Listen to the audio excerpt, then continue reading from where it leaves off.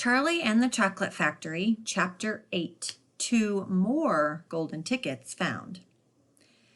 That evening, Mr. Bucket's newspaper announced the finding of not only the third golden ticket, but the fourth as well.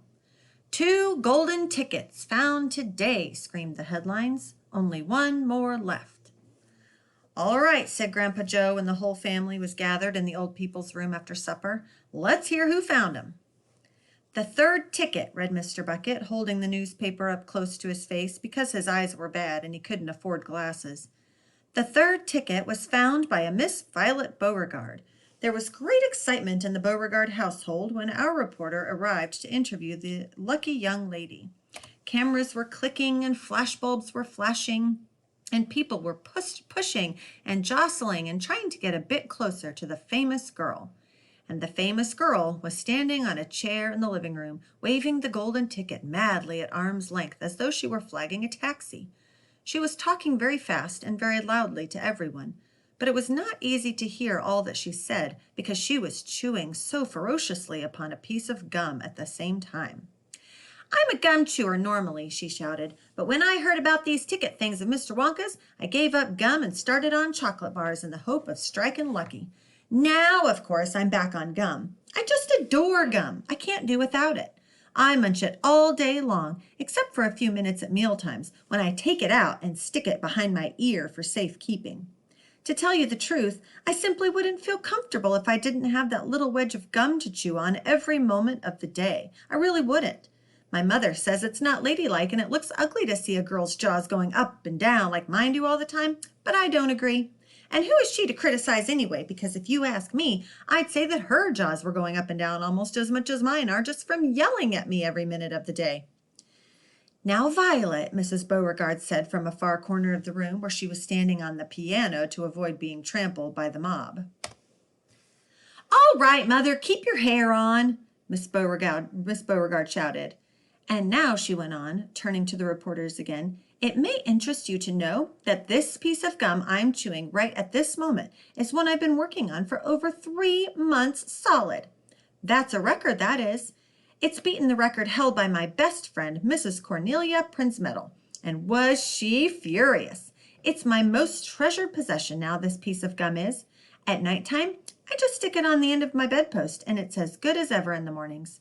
Oh, a bit hard at first, maybe, but it soon softens up again after I've given it a few good chews. Before I started chewing for the world record, I used to change my piece of gum once a day. I used to do it in our lift on the way home from school.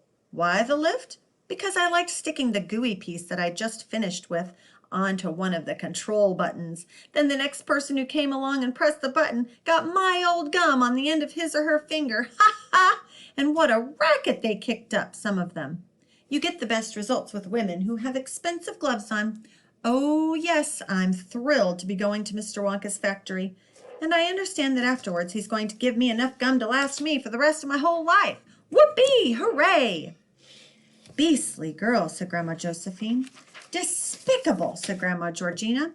"She'll come to a sticky end one day chewing all that gum. You just see if she doesn't." "And who got the fourth golden ticket?" Charlie asked. "Now, let me see," said Mr. Bucket, peering at the newspaper again. "Ah, yes, here we are. The fourth golden ticket," he read, "was found by a boy called Mike TV. "Another bad lot, I'll be bound," muttered Grandma Josephine. "Don't interrupt, Grandma," said Mrs. Bucket. "The TV household," said Mr. Bucket, going on with his reading, "was crammed like all the others with excited visitors when our reporter arrived. But young Mike TV, the lucky winner, seemed extremely annoyed by the whole business. 'Can't you fools see I'm watching television?' he said angrily. 'I wish you wouldn't interrupt.' The 9-year-old boy was seated before an enormous television set with his eyes glued to the screen, and he was watching a film in which one bunch of gangsters was shooting up another bunch of gangsters with machine guns. Mike TV himself had no less than 18 toy pistols of various sizes hanging from belts all around his body, and every now and again he would leap up into the air and fire off half a dozen rounds from one or other of these weapons. 'Quiet!' he shouted when someone tried to ask him a question. 'Didn't I tell you not to interrupt?